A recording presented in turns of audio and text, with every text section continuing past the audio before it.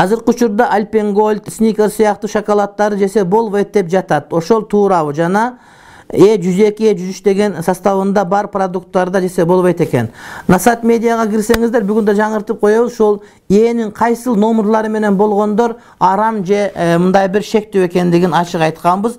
Alpengold менен Snickers ушуларды карап көрөсүңөр, бар болгон болсо арам, жок болсо арам эмес.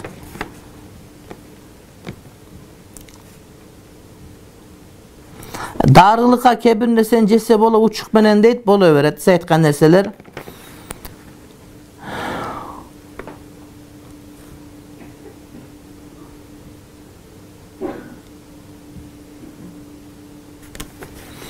Менин сизден өтүнүчүм бар эле. Мага ажылык боюнча маалымат керек болуп жатат.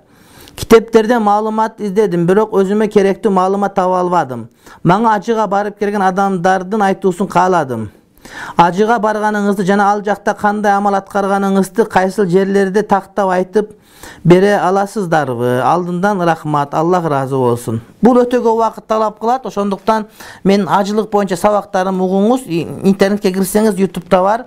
Чубак ажы деп жазып, Насат медиа деп ажылык боюнча сабак десеңиз, бир көп сабактар бар. Бир ай окусаңыз боло турган сабактар бар. Устаз, жаш баланы 2 жылдан ашык эмизсе болобу? Себеби бир эже 6 жаштагы баласын эмизет экен. Жок, туура эмес. 2,5 жылдан кийинки эмизген арам болуп эсептелет. Нифас менен хайздын ортосу канча болуш керек? Экөөнүн ортосунда айырмачылыгы жок. Болгону нифас бала төрөгөндөн кийин келет, эң көп 40 күн, эң аз чеги жок. Ал эми ай сайын келе турган нерсе.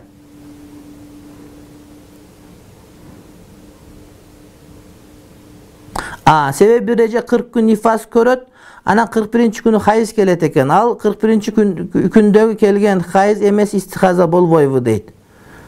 Мен ушуну так билбейт экем. Эгерде адаты бар да мунуку, мисалы үчүн муртатан келген ар айдын башында, эгер ошол адатына туура келсе айыз болот, эгер туура келбесе истихаза болуп калыш ыктымалы бар деп ойлойм.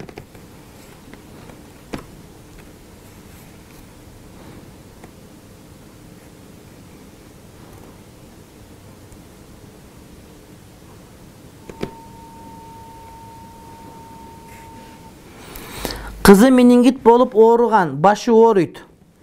Көп нерв тамырлары жабыркаган. 5 убак намазын калтырбай окуйт. 4 жылдык каза намаздары бар. Ошонун күнүнкү намаздан сырткары 2 күндүк каза намазын күнүгө окуйт. Мага кызым ден соолугуна оорлук келтирип жаткандай боло берет.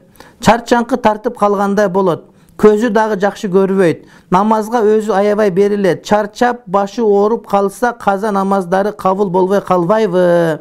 Мен айттым, бир күнгү каза намазыңды 2 күнгө бөлүп оку деп. Кызыма сиздин дубаңыз дагы десем дем күч берет деп ойлойм, дуба кылып койсоңуз дейт.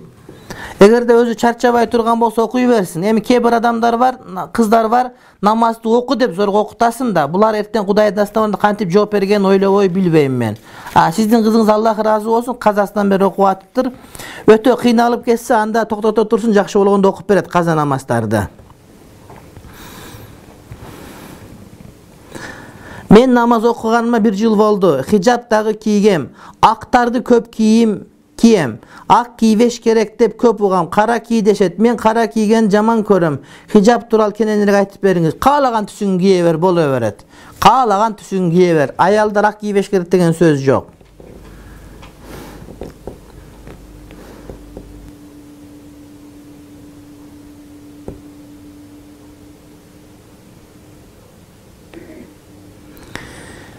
Менин жолдошум аябай ичет, дарылатып, молдого да алып бардык, эч эле жыйынтык чыкпай койду. Иштебейт, үйгө тазике сыйып заңдайт, апасына кол көтөрөт.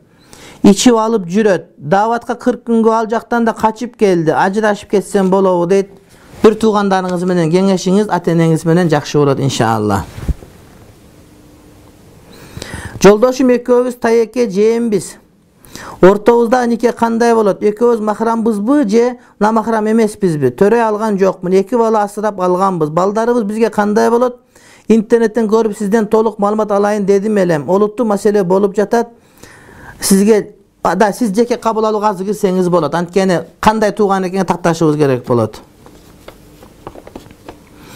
Namazdагы аял кишинин саждадагы эрежеси тууралуу кененирээк маалымат берип койсоңуз. Саждага барганда аял кишинин кабыргасы мындай бир мынагы жанагы мына булчуңдары, күч булчуңдары кабыргасына тийип, анан кийин айтор аял киши бири-бирине мындай бир өзүн топтогон абалда, жыйынтыктуу абалда саждага барыш керек. Жана билеги дагы ылдыйраак болуш. Эркектерде болуп жанагыдай кылып астынан козу мышык өтүп кете турган болбош керек. Аял ошо билектерин жерге тийгизгенге жакын кылып, ал эми жанагы булчуңдарын кабырга тийгиз жакын кылып, мындай бир жыйынтыктуу сажда кылат. Дажжал төрөлөт деген вариант туурабы же азыр камалып чынжырланып турат, кийин чыгат деген вариант туурабы? Мен ушуну тактабан айтып берейин сизге. Бул суроону өзүм алып калдым мен.